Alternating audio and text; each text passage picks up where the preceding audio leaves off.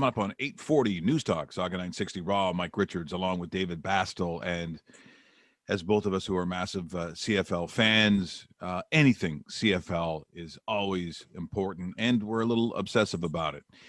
And for me, there are certain eras that were, magical. And of course, growing up as a Cat fan, the whole Chuck Ely thing was, you saw pictures of me through my youth. I always had the number 16 Cat. It didn't matter. One of the great pictures I've ever had. So I win an All Ontario championship as a hockey player, as a goalie. I get the most valuable player, and George Armstrong is giving me at a banquet this big award. And what am I wearing? The Chuck Ely jersey. Like, of all the times, maybe you could wear a suit or something special. No, because the CFL, as any CFL fan will tell you, it's just the lifeblood. There's just nothing that we don't want to embrace. The strangest and most magnificent part, even though it wasn't a Cat thing, was the drafting, if you want to call it that way, of Rocket Ismail. There was nothing normal about it. There was no comparable. There's no comparison to what the Argos did, and with that ownership group that literally seemed like, if you fantasize about football in the CFL, like I always have, which is why I drew so many football stadiums on exams and the back of notebooks, and it was always these magnificent stadiums that all these CFL teams would play in. It was a fantasy world.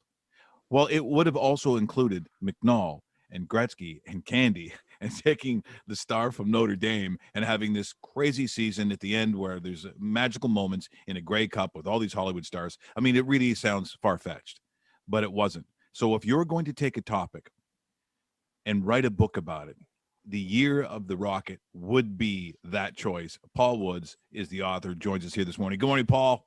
Good morning, Mike. Good morning, David. It's great to be here with you guys. It's a fun topic, and I love the Chuck Ely story, man. I'm glad you wore that jersey to the awards banquet. That's fantastic. You must have a picture of it with you and the chief, right? I do. It was in a bunch of newspapers. I've got it out of and also the pictures of it, and it's just that thing that when the Rocket comes in that year. And Candy goes, I think he went to every game. I think he went to them on the road. He's in Edmonton on the fire truck throwing the footballs. He's in Winnipeg. He's in Saskatchewan, because this was a dream come true for John. People have to realize that whole Johnny LaRue character originally on the stage was called Johnny Toronto. He's Johnny Toronto. When I hear the people call Tavares, no. There was one Johnny Toronto, and that's John Candy. So this was a fantasy for him as well. But that Rocket year, now look, I'm not talking about overall success or different successes with different franchises, but there's never been a year like that year of the Rocket. As far as I'm concerned, there's never been another year that looks like this. That's absolutely right. I say that nothing like it had ever happened before, and nothing like it will ever happen again. Between the ownership group, John Candy and Wayne Gretzky are like two of the most beloved Canadians ever, right? Like, if you were to pick the top 10 Canadians of all time, there's a good chance both those guys would be on the list. And then, of course, they had Bruce McNall, who at the time we all thought was this millionaire with a Midas touch. Turned out that he was a fraud artist, but that came later.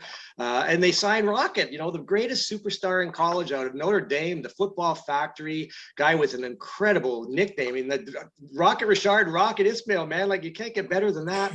And then all the stuff that happened that year. And as you say, with John in particular, he was living the dream. He grew up as an Argo fan. He wanted to play for the Argos. He went to Neil McNeil High School, and he blew out his knee, or he thought he would have been on the team.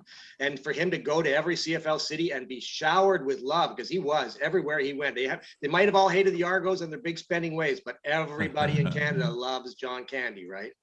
Yeah, you know what? And me and you were talking about this too, Paul. The Argos that year, it was a traveling rock show. Like, you had to go to the Argo game. I remember distinctly going to the Bomber game because of the Argos being there. It was in the last half of the season. I think it was the only game the Argos actually lost, because the Bombers won that game, and the city of Winnipeg thought they won the Grey Cup because they beat this monumental historic football club. It was so awesome. Now, when you're writing this book, how many of these guys were you able to nail down, and what was your list like when you went, okay, these are my must interviews, and you pulled out the list? Because there's a lot to choose from, Paul.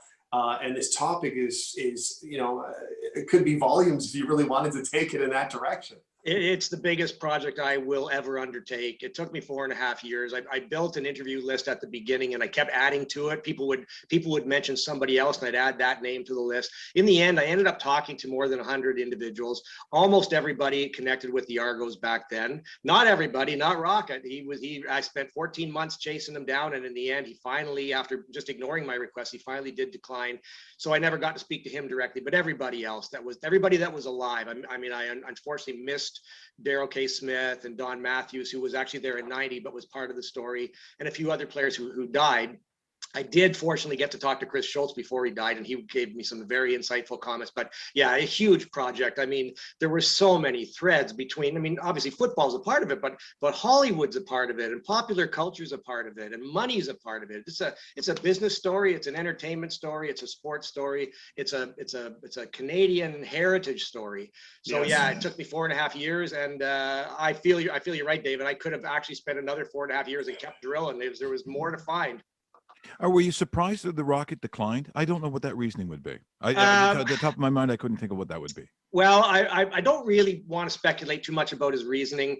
I do stay in the book. I mean, that he was just sort of miscast in the role that they wanted him to be in. He was obviously a fantastic player, but he was a shy guy. He didn't want the spotlight, and they needed him not only to be a great player on the field. In fact, they really didn't need him all that badly on the field. They had an offense in 1990 that set a record for points. They were loaded with Daryl K. Smith and Pinball Clemens and Dunnigan and Foggy, and I mean, they were a great team even without the Rocket. He obviously was a fantastic addition, played wonderfully well in 1991 and scored the iconic touchdown that basically won them the Grey Cup. But they needed him to be the Wayne Gretzky of Canadian football, and the Wayne Gretzky to do for the Argos in the CFL what Gretzky did for the LA Kings and for hockey in the Southern US. And that's a role that Rocket did not want. He didn't really enjoy talking to journalists. He didn't like being the spotlight. He was forever telling reporters, "Go talk to my teammates. Go talk to them. They're the stars." And in the end, when he finally did decline after all those months of trying to get an answer from him, his answer essentially was, "I'm really glad you're doing the story, and I really encourage you to shine a spotlight on my teammates." So I do, but I also shine a big spotlight on Rocket because he's a huge part of the story, obviously. When you talk to Adam Rita, Matt Dunnigan, Wayne Gretzky, some of the on and off stars of this team, of this franchise, what is their opinion of Rocket Ismail when they've worked with him for such a short amount of time? Because it's not like we knew about him because he played at McMaster, or we knew about him because, he's the local kid, because he clearly wasn't. He was the outsider that was selected, that was stolen from the NFL. I totally remember that draft, even though the Raiders decided to pick him in the 100th selection, somewhere in that range. But yeah. What was their opinion of number 25? Well, I will say this, first of all, every teammate I spoke to said he was a great teammate. So he did nothing to alienate his teammates. Having said that, only I think two guys on that team really got to know Rocket, and that was Pinball Clemens, who we sat beside in the locker room, and Pinball became kind of an on-field mentor to the Rocket, as they were both kick returners and star players.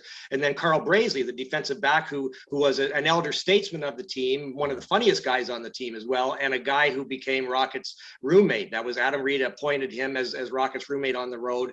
And so Carl really to take Rocket under his wing. And when Rocket came back to a reunion in 2011, I went to a lunch with the team and him, and he specifically singled out those two guys as having been the guys that really helped him a lot. Now, the ownership side ended up being very disappointed with Rocket, because particularly in year two, in 1992, he was blowing off media appearances and just was no longer really interested in doing things. And so by the end of 92, they were maneuvering to get out of that 4-year contract, and hinting that if he didn't go willingly, they were going to go after him for breach of contract. So that side wasn't happy with Rocket. They loved what he did on the field that first year. Nobody's ever going to have anything bad to say about that magical ride that led to that incredible Grey Cup championship. But it didn't go the way they want to. As Walter Gretzky told Bruce McNall, there's only one Wayne Gretzky. And he's not wrong on that. That's right. We're in conversation with Paul Woods. We're talking Year of the Rocket. The book comes out September? Are we saying the fall? Do we have it? September 1st, officially released by Sutherland House on September 1st. It's available online for pre-order now, excuse me, through Amazon and other online channels. And the Sutherland House website they're just updating the website this week. And as soon as they get that done, they're going to have it up for sale there with a very nice discount. So if anybody wants to pre-order it, go online to Sutherland House and buy it in the coming days, and it'll be delivered before September 1st. Oh, that's a great gift for any CFL fan. You don't have to be an Argo fan to appreciate this. The one instance where I do meet him earlier on, that is the Rocket. So at the fan at that time, so it's myself and John Derringer, and so the Rocket comes into the station, and he's incredibly shy, and he's a kid. Like he's small, like in terms of standing beside Chris Schultz or something like that. I mean, this is a smaller guy, and you look at. It's funny. His mom's with him. His mom is with him, and she gets me sort of in the hallway, and she starts talking like you're talking to someone's mom. This is not like who is supposed to be the savior of the league. And again, such a huge mantle to put on this shy young boy who really doesn't want any of that. Like deep down, he just wants to play football. He doesn't want to be this thing. And she starts talking about the reasons why she thinks it's so good to be in Toronto, and they're all cultural things. They're all things based on, quite frankly, the racism she feels that she has dealt with this entire time in their lifetime in the States. She feels like that doesn't exist here in Toronto and in Canada. It's a bit of a nirvana that way to her. She didn't say it like that. I'm just paraphrasing. But she also said, but you'll look after my son, right? Like you'll look after him, because she saw me as part of the media. There was this deep concern for him as her son, as this boy. And I realized at that point, this expectation of him being an ambassador like a Wayne Gretzky is way over his head. And I was concerned. I was actually concerned. But if there's anybody that I'm going to have look after my son, it's going to be Michael Clemens. It's going to be Pinball Clemens, which is literally the magical thing about that year. That Eastern Final where Pinball is the one who runs that, has the incredible kickback right off the top. Dave doesn't want to talk about it, I'm sure, because it was against the Blue Bombers, and that game was a disaster. But I remember the Rocket, because he was so fast blocking for Pinball. Like if you look at that thing, the guy leading down there was Rocket. Rocket was in front of Pinner blocking his way. It's just such a warm feeling to think about what happens. And I do want to mention something on your Twitter account, and this is so interesting.